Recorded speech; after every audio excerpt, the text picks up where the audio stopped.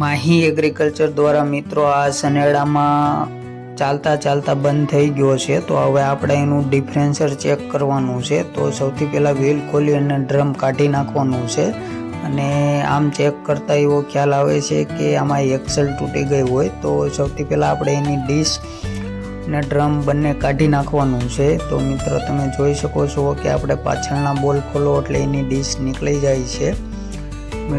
મિત્રો વિડીયો ગમે તો લાઈક કરો, શેર કરો અને ચેનલને સબસ્ક્રાઈબ કરો, કારણ કે આ વિડીયોમાં આપણે ડિફરન્સર આખું જનરલ બનાવવાનું છે।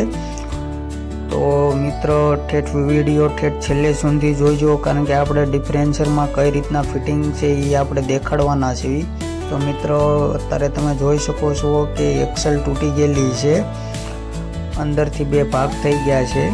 તો મિત્રો આપણે એનું લાક કરીને કાઢવાની ટ્રાય કરી પણ નીકળતી નથી। તો હવે આપણે આખું ડિફરન્સર ઉતારી લીધું છે ને આપણે આ ફિલ્ડ ઉપર આવેલા છીએ જે ખેતરમાં સનેડો ખોલ્યો છે। હવે આપણે એને ઘરે લઈ જઈ અને કમ્પ્લીટ સર્વિસ કરવાનો છે।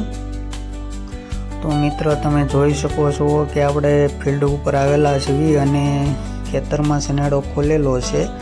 આવડો આ સનેડાને આપણે કમ્પ્લીટ વ્યવસ્થિત મૂકી અને ઘરે લઈ આવ્યા છીએ। હવે આપણે એને આખો કમ્પ્લીટ ખોલી નાખવાનો છે અને ખોલીને જોવાનું છે, કારણ કે અંદર એક એક્સેલનો ભાગ અંદર હલવાઈ ગયો છે, ટૂંકમાં એ નીકળતો નથી। તો હવે એને ખોલવા માટે આખું ડિફરન્સરના બે ભાગ કરવાના છે અને આ ડિફરન્સર એમ્બેસેડરનું છે। તો મિત્રો તમે જોઈ શકો છો કે આપણે સામેની સાઈડની એક્સેલ પણ આપણે બહાર કાઢી નાખી છે। હવે આપણે ડિફરન્સરના બે ભાગ કરવા માટે એના બોલ ખોલી નાખવાના છે। મિત્રો વિડીયો ગમે તો લાઈક કરો, શેર કરો, ચેનલને સબસ્ક્રાઈબ કરો અને તમારે જો કોઈ પણ સનેડાનું કામકાજ હોય તો અમારો કોન્ટેક્ટ કરી શકો છો। તો મિત્રો તમે જોઈ શકો છો કે આપણે ડિફરન્સરના બે ભાગ કરી નાખ્યા છે। હવે આપણે ચેક કરવાનું છે અંદર। તો મિત્રો પહેલાં આપણે એના બેરિંગ ગાળા જોઈ લઈશું, કારણ કે આ બેરિંગ ગાળા હવે ખરાબ થઈ ગયેલા છે, બેરિંગ આખું ચાલ પડી ગઈ છે। તો આપણે આમાં નવું નાખવાનું છે અને મિત્રો તમે જોઈ શકો છો કે અંદરનો માહોલ કઈ રીતના છે। આ એક્સેલ તૂટી અને અંદર ચોંટી ગયેલી છે બોબી ચક્કરમાં। તો મિત્રો તમે જોઈ શકો છો કે કઈ રીતના છે। આ એક્સેલ પણ અંદર ભાંગી ગયેલી છે। તો આપણે હવે આની પિન પણ નીકળી ગયેલી છે, જે 10 નંબરનો બોલ તૂટીને। તો મિત્રો હવે આપણે એનું પિનિયન જોઈશું। તો પિનિયને તમે જોઈ શકો છો કે દાંતી ભવડાઈ ગયેલી છે, ક્રાઉનની પણ ભવડાઈ ગયેલી છે અને બોબી ચક્કરની પણ દાંતી તૂટી ગયેલી છે અને આ હાંડી પણ તૂટી ગયેલી છે। તો હવે આપણે આ બધું નવું નાખવાનું છે। તો સૌથી પહેલાં આપણે એને સર્વિસ પંપેથી વ્યવસ્થિત સાફ કરવાનો છે, કારણ કે નવા ફિટિંગ પહેલાં કોઈ પણ જાતની એમરી અંદર ન રહેવી જોઈએ। તો મિત્રો હવે આપણે નવું ફિટિંગ કરી રહ્યા છીએ। તો સૌથી પહેલાં આપણે પિનિયનનું બેરિંગ બેસાડવાનું છે। મિત્રો વિડીયો ગમે તો લાઈક કરો, શેર કરો, ચેનલને સબસ્ક્રાઈબ કરો અને તમારે કોઈ પણ જાતનું સનેડાનું કામ કરવું હોય તો અમારો કોન્ટેક્ટ કરી શકો છો। આપણે સનેડા નવા બનાવીએ છીએ, રિપેરિંગ કરવી છીએ અને સનેડાની ટોલિયો પણ બનાવીએ છીએ। તો મિત્ર પાછા આપણે વિડીયો ઉપર આવી જઈએ તો આ એનું પિનિયન છે અને કમ્પ્લીટ બેરિંગ અને અંદરની ભૂંગળી પણ બેસાડી દીધેલી છે। તો મિત્રો હવે આપણે એનું ફિટિંગ કરવાનું છે। તો તમે જોઈ શકો છો કે આપણે ડિફરન્સરનું ફિટિંગનું કામ ચાલી રહ્યું છે અને મિત્રો અત્યારે નાઇટ થઈ ગઈ છે, જેના કારણે થોડોક વિડીયોમાં ડાર્કનેસ આવશે। તો વિડીયો ગમે તો લાઈક કરજો અને કમેન્ટ જરૂર કરજો કે વિડીયો કઈ રીતના બન્યો છે।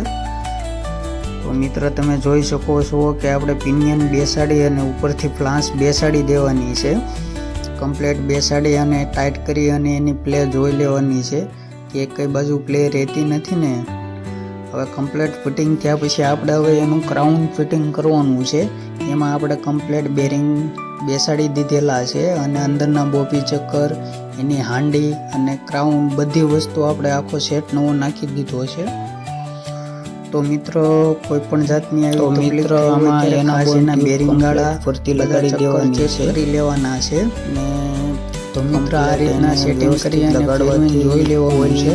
કમ્પ્લીટ થાય એટલે પછી આપણે એને ફિટિંગ કમ્પ્લીટ લગાડ્યા બાદ આપણે બીજો ભાગ એની અંદર બેસાડી દઈશું. એના બોન ટ્યુબ કમ્પ્લીટ ફેસો બને ત્યાં બીજો ભાગ બેસી જવો જોઈએ અને ત્યારબાદ આપણે એને બોલનટ કરશું. તો મિત્રો તમે જોઈ શકો છો બીજો ભાગ કમ્પ્લીટ એની ફેસો ફેસ બેસી ગયેલો છે. હવે આપણે એને બોલનટ કરશું. તો મિત્રો તમે જોઈ શકો છો કે આપણે બોલનટ દેવાના કામ ચાલુ કરી દીધું છે. વિડીયો ગમે તો લાઈક કરો, શેર કરો, ચેનલને સબસ્ક્રાઈબ કરો અને તમારે જો કોઈ પણ જાતના સનેડા રિપેરિંગ બાબતે વિડીયો જોઈ તો જરૂર કમેન્ટ કરજો.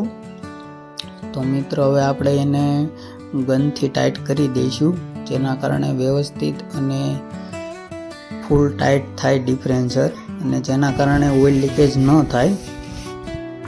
તો હવે મિત્ર આપણે આમાં એક્સલનું બેરિંગ ચેન્જ કરવાનું છે, જે ખરાબ થઈ ગયેલું છે અને આમાં એક એક્સલ તૂટી ગઈ હતી. તો એમાં આપણે નવી એક્સલ આખી સળંગ નાખી દઈશું, કારણ કે સાંધાવાળી એક્સલ કરતાં સળંગ એક્સલ સારી આવે છે. તો મિત્ર આપણે જૂનું બેરિંગ કાઢી અને ત્યારબાદ નવું ફિટિંગ કરવાનું છે. તો મિત્ર આપણે ઓરિજિનલ SKFનું બેરિંગ યુઝ કરવી છે. તો મિત્ર આની ક્વોલિટી સારી આવે છે અને લાંબા ટાઈમ સુધી આ બેરિંગ ખરાબ નથી થતું.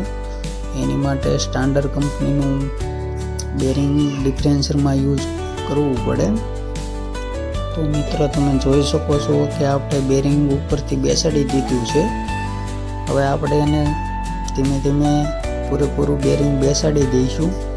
તો મિત્ર તમે જોઈ શકો છો કે આને ધીમે ધીમે બે સાઈડથી બેસાડવાનું છે. વિડીયો ગમે તો લાઈક કરો, શેર કરો, ચેનલને સબસ્ક્રાઈબ કરો અને તમારે જો કોઈ પણ જાતનું સનેડાનું કામકાજ હોય તો અમારો કોન્ટેક્ટ કરી શકો છો. તો મિત્ર હવે આપણે એ એક્સેલ ડિફરન્સરમાં બેસાડી દેવાની છે.